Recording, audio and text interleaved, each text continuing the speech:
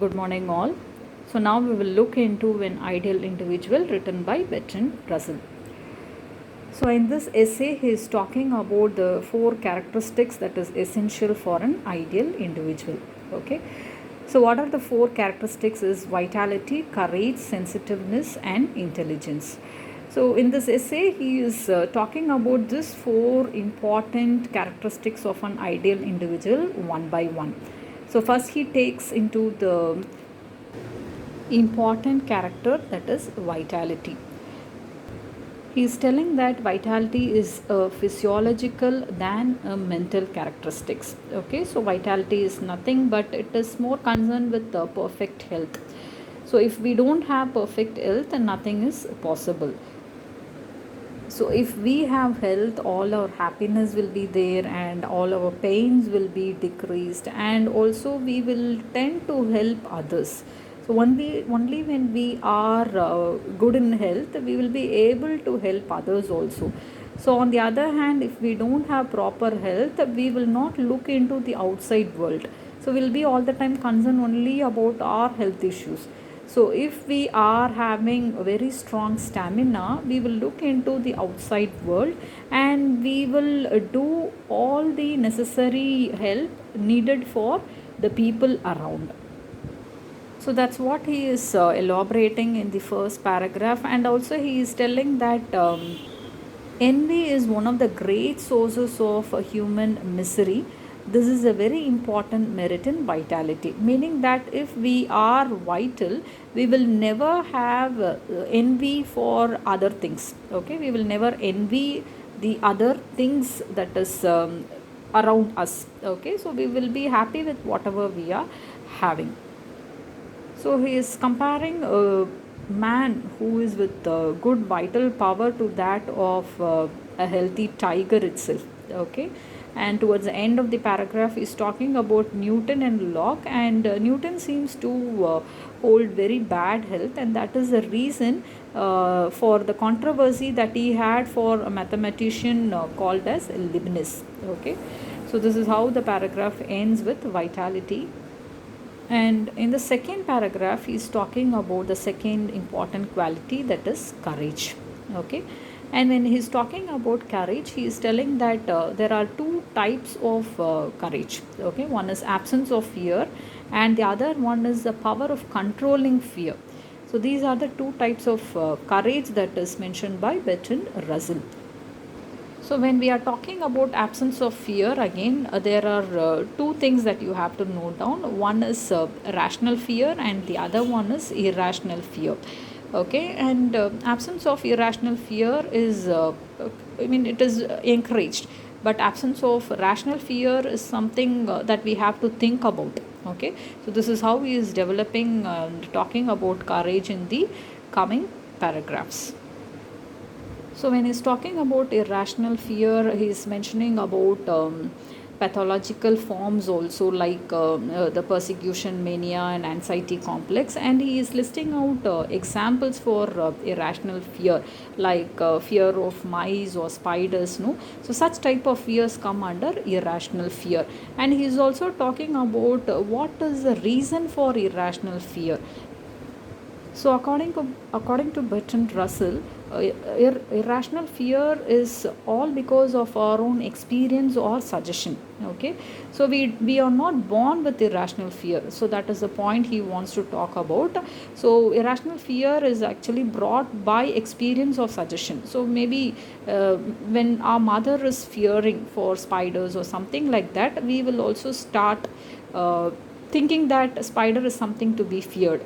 Okay, and when our elders fear of the dark also, so we are brought in that manner that we have to fear darkness. So this is what is called as irrational fear, and as I told you, Bertrand Russell is stressing that irrational fear is given by experience or suggestion by our elders. Okay, he is also quoting an instance that is happening in every family for that matter. Okay, so when boys are brought up by mothers, the boys tend to imitate their mother and start fearing the insects and unnecessary things. Okay, And this is because the mothers are imparting this fear into the minds of the boys. And this type of fear that is seen in women are also encouraged by men. Okay, the men seems to hold an upper hand, and they seem to be protective over women.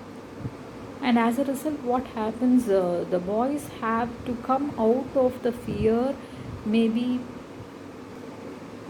by training themselves to regain a courage which they would not have lost if their fathers had desired to despise their mothers.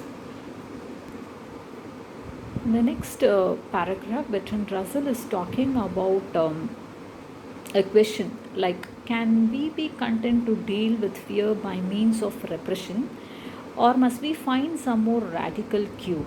Okay, so he's talking about the property of repression. So he's telling that one section of society, like aristocracies or even even men for that matter, they have been trained not to show fear.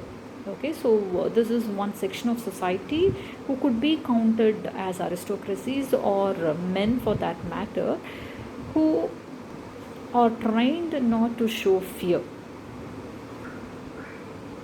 So aristocracies have been trained not to show fear, while subject nation, classes, and sexes have been encouraged to remain cowardly. And even men, as I told you, they are trained not to show fear when they see fires or shipwrecks or earthquakes. So even though men and aristocracies have the same fear as laymen, but still they are trained not to show fear. So thus Bertrand Russell is concluding this paragraph telling that he would like to see courage cultivated in all nations, in all classes, and in both sexes. Okay, and he is just discouraging the idea of repression. He also says that shame and disgrace are the two things that produce the appearance of courage, and he again discourages that methodology. And also he quotes here, always speak the truth except when something frightens you. So this maxim is actually not accepted by Bertrand Russell, telling that there shouldn't be any exception, so meaning that always one should speak truth. So, according to him, fear should be overcome not only in action but in feeling, and not only in conscious feeling but in the unconscious as well. Again, he is concluding this paragraph with an instance talking about Shanghai, a British officer who ordered a number of unarmed Chinese students to be shot in the back without warning. And he says that this type of action is similar to that of a soldier who runs away in battle. But military aristocracies, they regard this type of action to be a show of firmness and a proper spirit. In the following paragraph, he is talking about fear and rage. And he says that the man who feels rage is not possessed of the highest kind of courage. So here again, he is talking about a Negro and communist rebellions and other types of threats to aristocracy is an offshoot of cowardice, and it deserves the same contempt as it bestows upon the more obvious forms of that vice.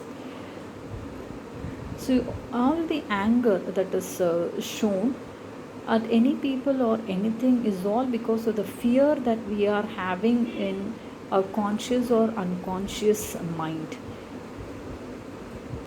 So he again concludes telling that every person, every ordinary men and women for that matter, they should be educated to live a life without fear. In the coming paragraph, Bertrand Russell is talking about the courage which should not have repression. So he begins telling that health and vitality are very important for courage. And apart from that, he is also talking about practice and skill in dangerous situations. He is also mentioning about self respect with an impersonal outlook on life. So, when he's talking about self respect, he's telling that if men are living for the sake of their neighbors, they have no true courage. And he is also talking about humility, and he says that humility suppresses self respect but not the desire for the respect for others. It merely made nominal self abasement the means of acquiring credit. So, humility is like hypocrisy and falsification of instinct, according to Bertrand Russell. And towards the end of the paragraph, he is talking about the unreasoning submission of children, which is not required, according to Russell. He is telling that there is no purpose of commanding or obeying something or someone. So he also doesn't tell that there should not be any leadership, but he says that the leader should be like the captain of a football team, which is suffered voluntarily in order to achieve a common purpose. So that sort of captainship should be adopted by every leader, so that our purposes will not be forcefully imposed upon others. So that sort of leadership is encouraged by Bertrand Russell. In the concluding paragraph on courage, he is talking about an impersonal outlook on life.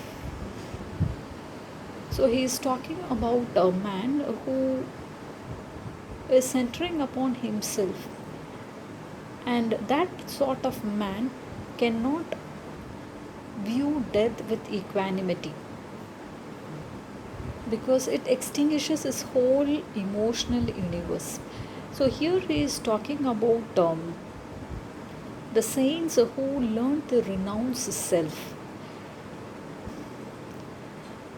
So this is done easily, but according to Russell, the consequences of the saints who are renouncing the flesh and all the instinctive joys, the consequences that we can see seem to be very bad. So he just proceeds with his renouncing, and what happens gradually, it is very easy for them to renounce a pleasure for themselves as well as for others. And in the underground, Bertrand Russell says that the envy will be persisting, and what will be the end result is what is good becomes bad for them, and what is bad becomes good for them. On the contrary, Russell says that there are certain things in human nature which take us beyond self without effort. And the commonest of these is love. And more particularly, he talks about parental love. And after talking about parental love, he's telling the second thing which takes us beyond self is knowledge. And one more thing he's talking about is art. So men, when they have many interests, what happens is the ego takes up a very small part of the world. And this is regarded as the perfection of courage. And this is also God only when instinct is free and intelligence is active. When men attain this stage, that is, when the instinct is free and intelligence is active, and when man is having many interest in life such as love, knowledge and art, the ego becomes a very small part of the world. He will acquire the perfection of courage. At that point, the personal death appears a trivial matter. And Bertrand Russell is talking about this type of courage, which is very positive, as the major ingredients in a perfect character. The third character that Bertrand Russell is mentioning in this essay is about sensitiveness, and it is almost in connection with that of courage. Here he is also talking about the foolish courage because of ignorance of danger. So such type of courage is not proper, and what is most necessary for proper courage is sensitiveness. And the sensitiveness here he mentions or talks about is connected to the emotions. So when we are talking about emotions, he is telling that the sensitiveness is to be good. So for example, he talks about a child which is 5 months old, and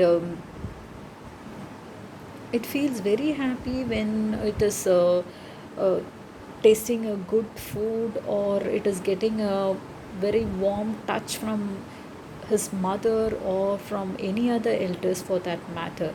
And as the child is growing slowly, it will also love to get social approbation. So such sort of positive sensitiveness is encouraged by Bertrand Russell. He also ends the paragraph telling that the good deeds of an individual has to be appreciated rather than a bad deed. The next stage of sensitiveness is sympathy, and when Russell is talking about sympathy, he is talking about abstract sympathy. So, what is actually abstract sympathy? It is not having just sympathy for our own sibling suffering from fever or something like that, or even feeling sorry for a patient who is suffering from cancer. So, what is actually abstract sympathy? For example, if we are just investing money in a cotton company in Shanghai, and when we are just thinking only about our own profit, not worried about what is happening behind the screen, that is when we are just a busy man and we just take up financial advice for investment of money, worried only about our dividends. So what is happening behind in the Shanghai? That is maybe the children will be forced to work in the cotton company, which leads to unnatural and dangerous toil. But if we don't realize that, that is not abstract sympathy. So what is abstract sympathy is one should realize what is happening behind us. It is not a mere sympathy for the fellow being suffering in front of our eyes. It is something that we have to realize what might be happening because of a process that we are doing here. So Bertrand Russell is encouraging for that sort of an education which will produce sensitiveness to abstract stimuli, so that one could stop the cruel things that is happening in large scale industrialism. So this is what is said about abstract sympathy. Bertrand Russell also mentions about two other types of sensitiveness, that is cognitive sensitiveness and aesthetic sensitiveness. So he doesn't talk about aesthetic sensitiveness. He jumps to cognitive sensitiveness and tells that it is almost in connection with intelligence. And intelligence is being the final characteristics of an ideal individual. He jumps to the last and final character, that is intelligence. When Russell is talking about intelligence, he is just putting the blame on church, which has encouraged virtue, meaning that abstinence of a certain list of actions arbitrarily labeled as sin. So he says that a man should come out of this sort of blind belief, so that we can impart knowledge into the minds of people.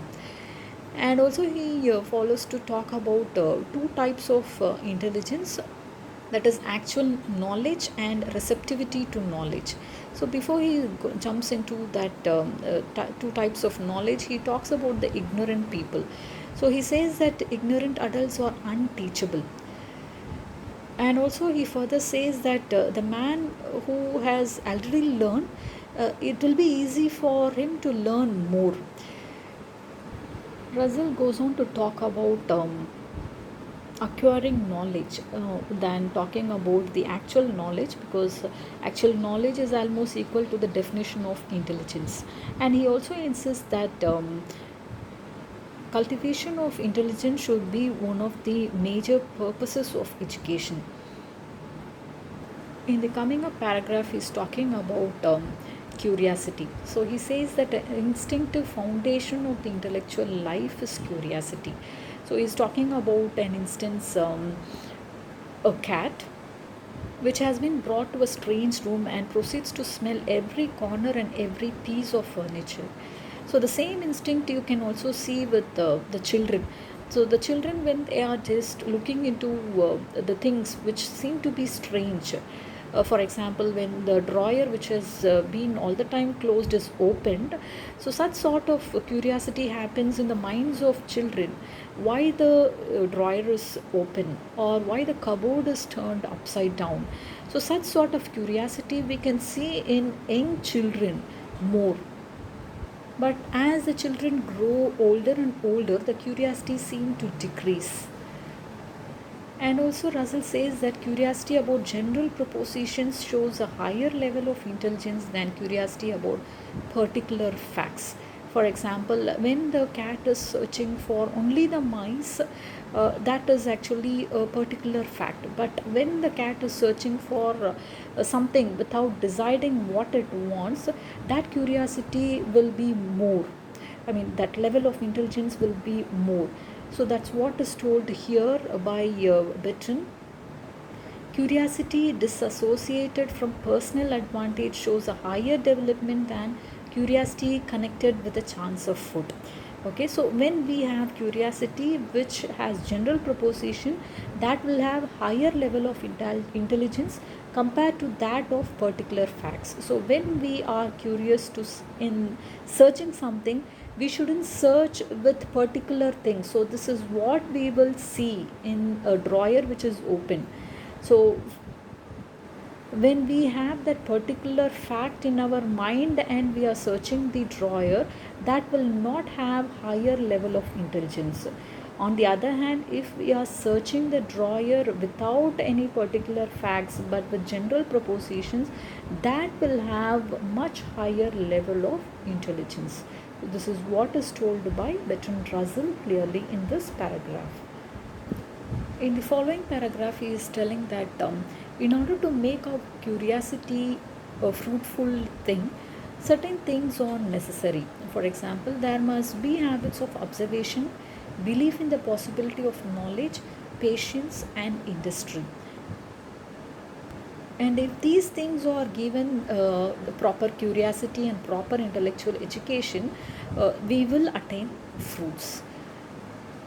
Apart from that, he is also talking about open-mindedness. Okay, and open-mindedness is nothing but we should open our mind to accept anything that is possible in our curiosity. Following that, Russell is also again talking about courage, which is essential to intellectual as well as physical heroism. So he is talking about all sorts of intellectual systems like Christianity, socialism, and patriotism. And this sort of intellectual systems are imposed on the individuals like orphan asylums to give safety, and in return we have to serve for such type of intellectual systems. And here he is talking about the courage needed to come out of the herd. So that is what here is talking about. This brings us to a somewhat difficult question: to what extent should the good life be emancipated from the herd? So the herd here stands for all the institutions, especially he is talking about the Christian institution, which is imposing unwanted things to be followed by the individuals who belong to that particular herd.